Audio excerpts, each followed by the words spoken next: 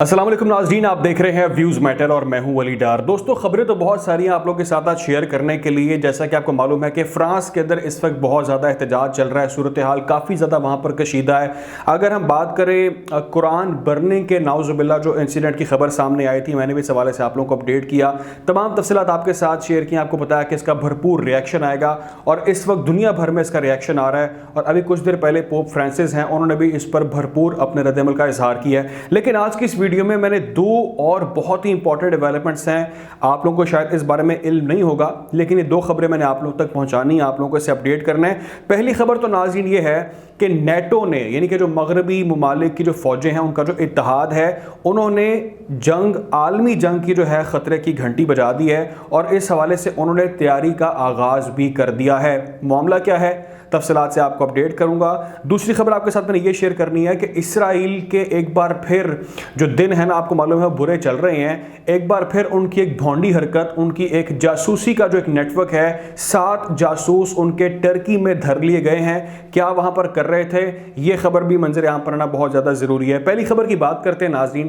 पहली खबर यह है कि नेटो ने मगरबी ममालिक का जो इत्तेहाद है, उन्होंने इस बात का इजहार किया है, इस ख़तरे का इजहार कर दिया है कि आलमी जंग जो है वो छिड़ सकती है। इस खतरे की उन्होंने घंटी बजा दी है और उन्होंने इस हवाले से जो तैयारी है, प्रेपरेशन है फौजी, उसका आगाज़ कर दिया है, क्योंकि उनको ख़तरा है रशिया से, यानी कि रूस से। उनका कहना ये नाज़रीन है, नेटो के हेड क्वार्टर्स में एक बहुत ही अहम एक मीटिंग होती है, उसके बाद उनके जो सरबराह हैं, जो हेड हैं उनकी फ़ौज के, इनका नाम है एडमिरल रॉब, वो बातचीत करते हैं मीडिया से। इसमें वो कहते हैं कि रशिया इस वक्त सबको मालूम है कि यूक्रेन में बिजी है, वहाँ पर जंग चल रही है और सबको लग रहा है कि वो इस वक्त यूक्रेन के अंदर उलझा हुआ है। लेकिन हमारी मालूमात ये है कि रूस दूसरी तरफ कुछ और तैयारी कर रहा है। रूस ने ख़तरे की घंटी हमारे लिए बजा दी है और हमें इस चीज़ का ख़तरा है, या हमारी इंफॉर्मेशन ये कह रही है कि रशिया अपने आप को नए सिरे से जो है वो तश्कील दे रहा है और इस पर वो होमवर्क कर रहा है और काम कर रहा है मुसलसल, और बहुत जल्द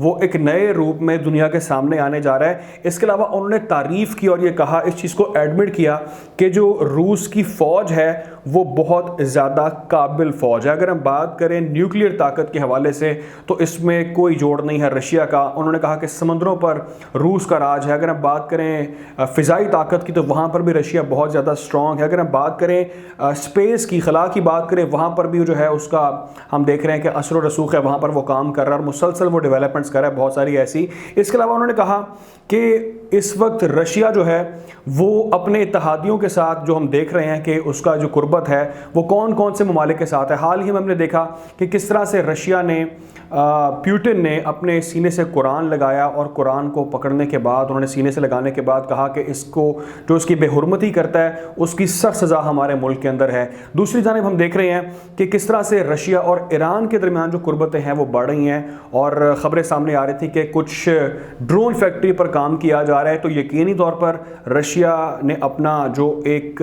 धड़ा है उसको डिफ़ाइन कर दिया है और बहुत सारे ममालिक में इस वक्त जो है वो हलचल चल रही है। दूसरी खबर आपको क्विकली बता दूं, वो ये है कि टर्की ने मुसाद के, यानी कि इसराइल की जो खुफिया एजेंसी है, उसके 7 जासूसों को धर लिया है। जासूस उसके पकड़े गए हैं। MIT जो खुफिया एजेंसी है टर्की की, उन्होंने इस पर काम किया, ऑपरेशन किया, बहुत ऑब्जर्वेशन के बाद ऑपरेशन किया और उन्होंने इस कामयाब ऑपरेशन के अंदर इसराइल के 7 जो जासूस हैं उनको पकड़ दिया। अब ये यहाँ पर कर क्या रहे थे टर्की के अंदर नाज़रीन, जो हमेशा ही करते हैं, वहाँ पर जो फॉरेनर्स थे, कुछ ऐसे फॉरेनर्स थे जिनकी ये रैकी कर रहे थे, उनकी तमाम लोकेशंस, तमाम अपडेट ये हासिल कर रहे थे।